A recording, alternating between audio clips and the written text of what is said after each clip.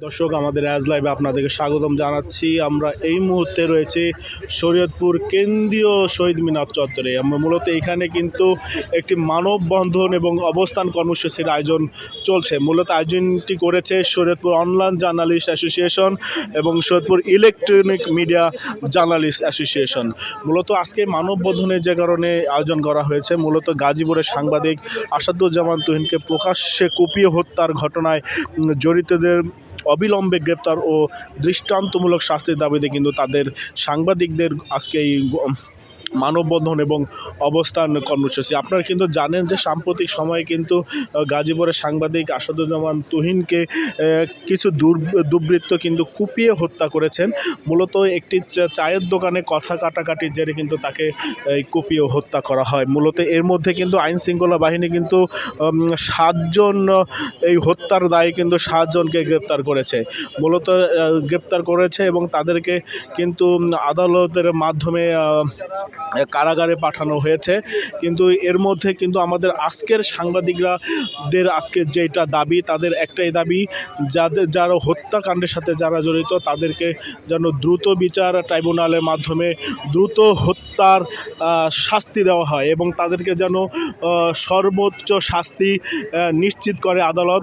সেই জন্যই কিন্তু আজকে এই গণমাধ্যম কর্মীরা কিন্তু এই মানববন্ধন কর্মসূচিতে অংশগ্রহণ করেছে। আপনারা কিন্তু জানেন যে ইতিমধ্যে কিন্তু বাংলাদেশে বেশ কয়েকটি হত্যাকাণ্ডের ঘটনা ঘটেছে। বেশ কয়েকজন সাংবাদিক কিন্তু বিভিন্ন সংবাদ প্রকাশের জেরে কিন্তু তাদেরকে হত্যা করা হয়েছে। এর মধ্যে কিন্তু সাগর রুনি সহ বেশ কয়েকজন সাংবাদিক রয়েছেন। আমরা কিন্তু এখনও এখানকার সাংবাদিকরা মানববন্ধনে অবস্থানরত সাংবাদিক যেটা জানিয়েছিলেন, এখন পর্যন্ত কিন্তু সাগর রুনিকে হত্যার ঘটনার কিন্তু এখনও বিচার হয়নি এবং সেই তদন্ত কার্যক্রম কিন্তু এখনও শেষ হয়নি।